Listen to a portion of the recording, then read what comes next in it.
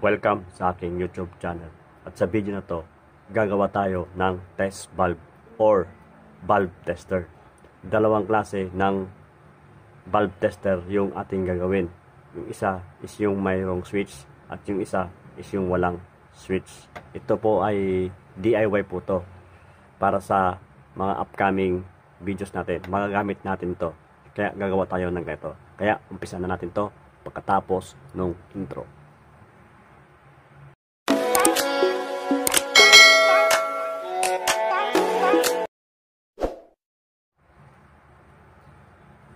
Ito yung mga materyales na gagamitin natin sa una nating build, yung ating test valve or valve tester. Ang unang materyales na gagamitin natin is yung kanyang receptacle. Ito, ang size ng receptacle na to is 4x1/4. Yan. Tapos, siyempre, yung ating wire na mayroong plug. Tapos, isang single outlet. At saka, switch. Tapos gagamit din tayo ng valve na 60 watts dito. Yung mga kaunahang bumbilya na ginagamit noon.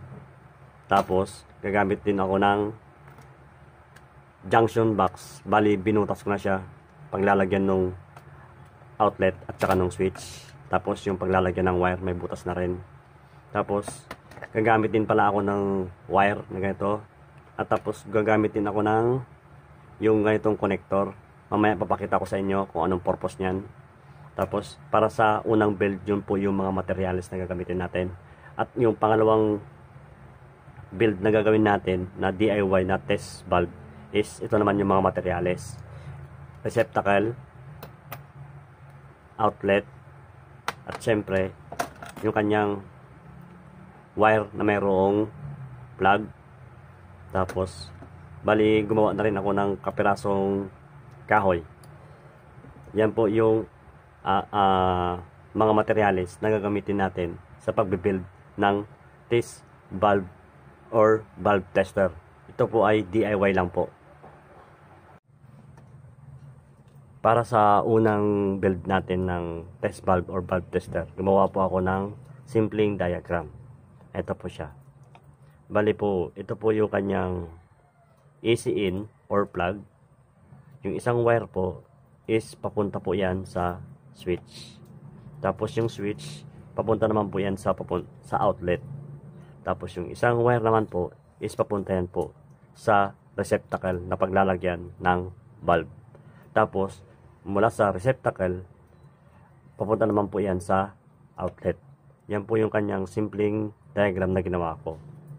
Kaya po pala ako gagawa ng ganitong klase ng test valve or valve tester. Isa rin po kasi ito sa mga nakikita ko sa mga nagre-repair or mga technician na nagre-repair. Isa rin po kasi ito sa mga makakatulong sa atin sa mga susunod pa natin gagawin mga video. At siyempre, lalo na sa akin, mahilig po ako na mag DIY repair at saka nag-aaral or nagpa-practice po ako sa pagre-repair. Kaya gagawa po ako nito para makatulong po sa akin. Kaya gagawa rin po tayo ng dalawang klase ng test valve para may idea rin po kayo sa mga makakanood nito. Kung ano bang gusto nyo gawin, kung yung may test valve na mayroong switch or yung test valve na walang switch. Kaya umpisa natin yung build. Let's go! Para sa una nating build ng test valve o valve tester, bali lalagay natin itong wire na to dito sa butas, sa ginawa nating butas. Yan.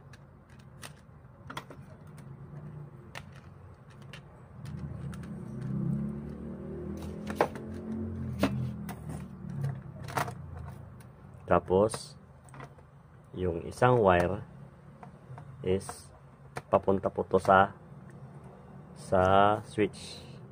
Bali, kaya po pala ako gumawa ng ganitong klase ng wire at saka may connector na ganito. Kasi po, yung wire natin na to, hindi po mailagay dito sa switch. Kaya gumawa po ako ng ganito para mayroon siyang pagkukunikan itong wire na to dito. Kaya, connect natin. Bali, yung isang wire papunta po sa switch.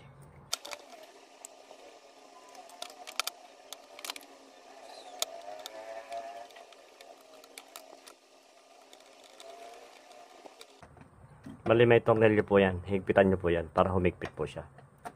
Tapos, yung isang linya, yung papunta sa switch, papunta naman siya sa outlet. Bali, lalagyan natin itong wire naman na to.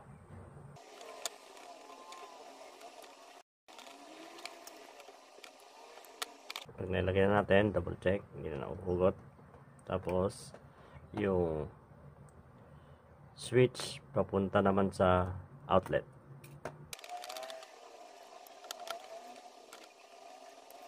Tapos yung isang or sa outlet papunta naman to sa receptacle.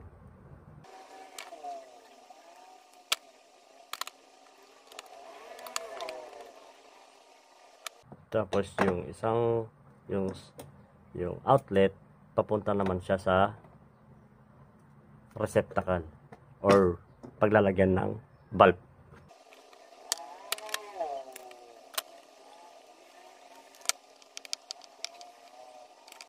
Tapos yung isang wire naman papunta naman siya sa receptacle or bulb na paglalagyan.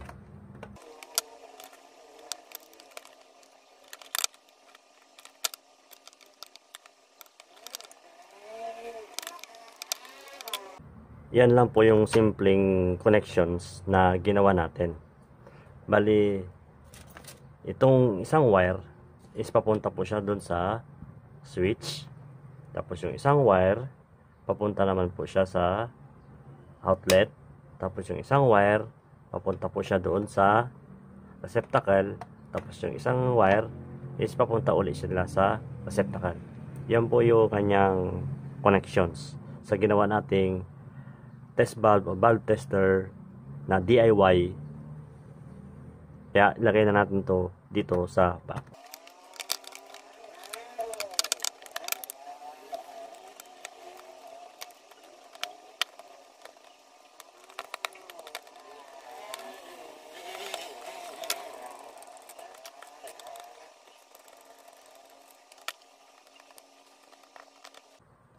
Kaya po pala D4 yung ginawa ko na lalagay ko dito para sakto siya dito sa junction box. Para pag linagay po yung tornilyo, sakto na po siya.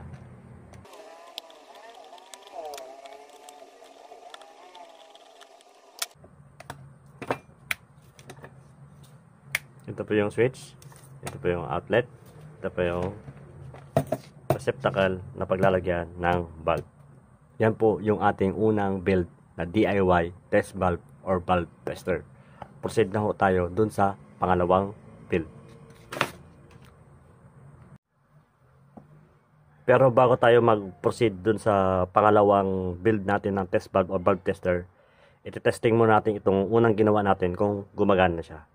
Bali, isasaksak lang natin itong pinaka-plug niya sa outlet. Tapos, gagamit tayo ng multimeter, digital multimeter. Tapos isasaksak natin itong isang test probe dito sa kanyang outlet, tapos isang test probe sa kabila, and then switch on natin. Pero set muna natin itong ating multimeter digital dito sa AC volts, and then i-switch on na natin itong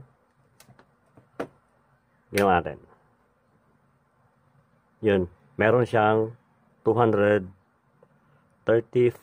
volts o 35, 36 na lumalabas sa kanyang outlet. May 234 na lumalabas na voltahe dito sa kanyang outlet.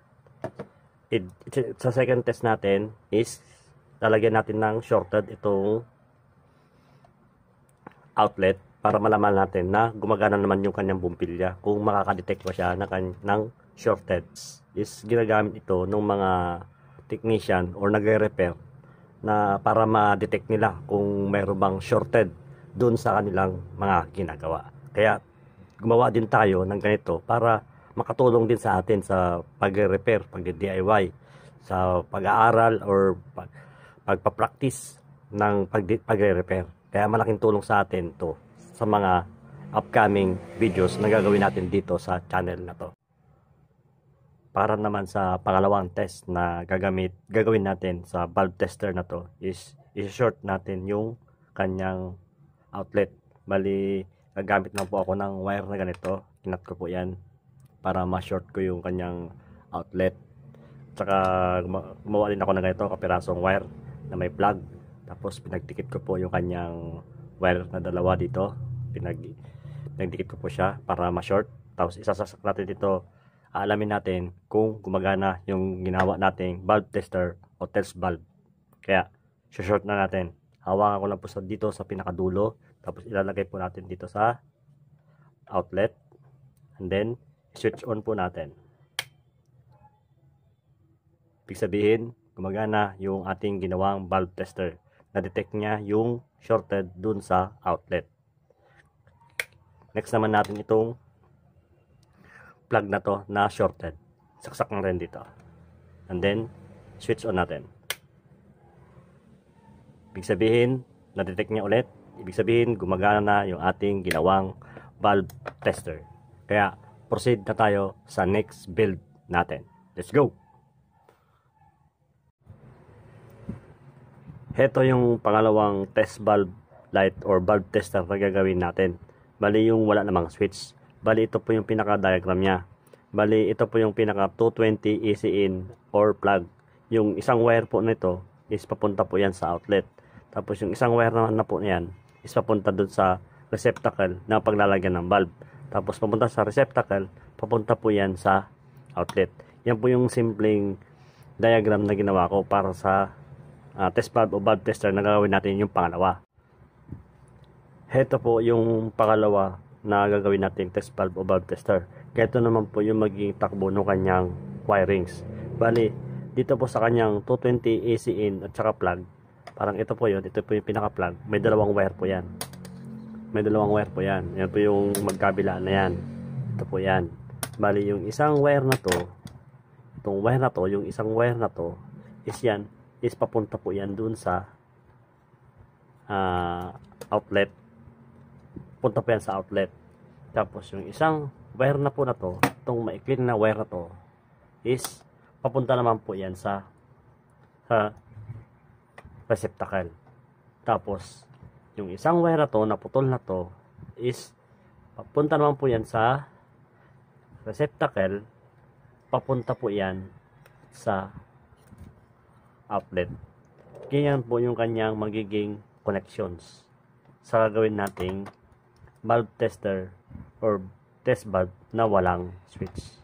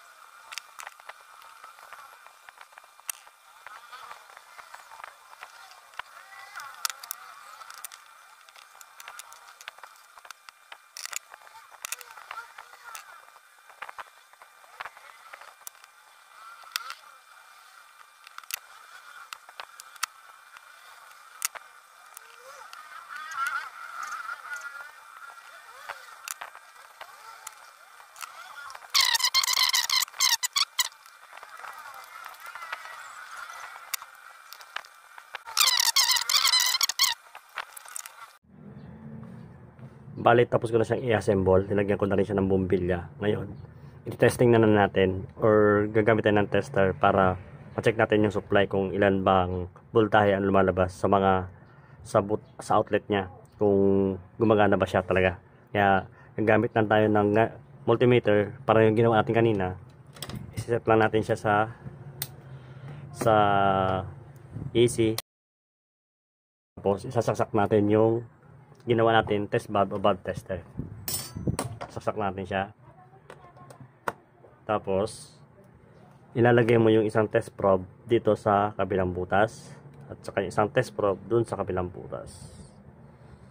Yan. Hindi makita. Yan. Bali, ang lumalabas na voltahe sa kanya is 235 volts. Ang lumalabas na voltahe doon sa outlet niya. At saka sa pangarawang test, ang gagawin natin, lalagyan natin ng short yung kanyang outlet para malaman natin kung makakadetect ng shorted yung bulb. Kasi yun ang trabaho ng test bulb na to, mag-detect ng short. Kaya gagamit na tayo ng kapirasong wire. Bali, hahawakan ko lang dito sa pinakadulong wire para hindi tayo makuryente. Pero kung alangan kayo, huwag niyong susubukan ng ganito. Kung gumamit na lang kayo ng plies para isuksok doon sa outlet kung naaalangan ko kayo, or gumamit kayo ng safety gloves. Yun lang po yung aking paalala. Kaya lalagay ko na po itong ginawa pang short ko sa outlet.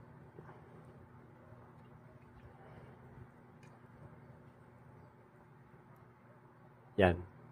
Ibig sabihin, shorted yung ating outlet, kaya gumagana yung kanyang test bulb. Tapos, another pang short, yung ginawa natin ulit kanina, na plug, na shorted yung kanyang wire. Sasaksak natin dito sa outlet kung madedetect niya yung shorted dito.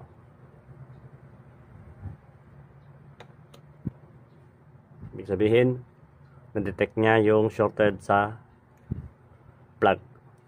Kaya okay na yung ating ginawang test bulb na walang switch.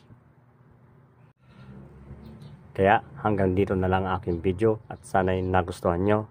At kung nagustuhan nyo, huwag nyo kalimutan na mag-subscribe sa aking YouTube channel at pakipindot mo na rin yung notification bell button para ma-update ka sa mga ilalabas ko pang mga bagong video. At sasamantalahin ko na rin yung pagkakataon na to para magpasalamat dun sa mga nag-subscribe sa aking YouTube channel. Hindi ko na kayo maisa-isa, kaya maraming salamat sa inyo at sa pag-subscribe nyo sa channel ko. Kaya hanggang sa muli, this is Cory Narag Officials. See you sa next video.